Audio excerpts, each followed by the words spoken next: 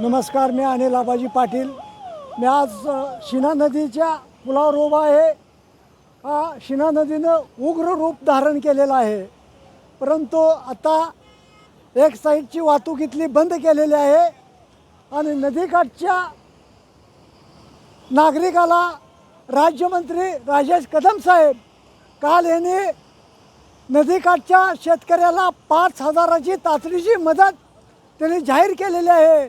ते लवकरात लवकर आमच्या शेतकऱ्याला तातडीची म्हणजे लगेच मदत मिळायला पाहिजे. कदम साहेबांचा आदेश मानून सरकारने तातडीची मदत द्यावी अशी आमची प्रशासनाला विनंती आहे.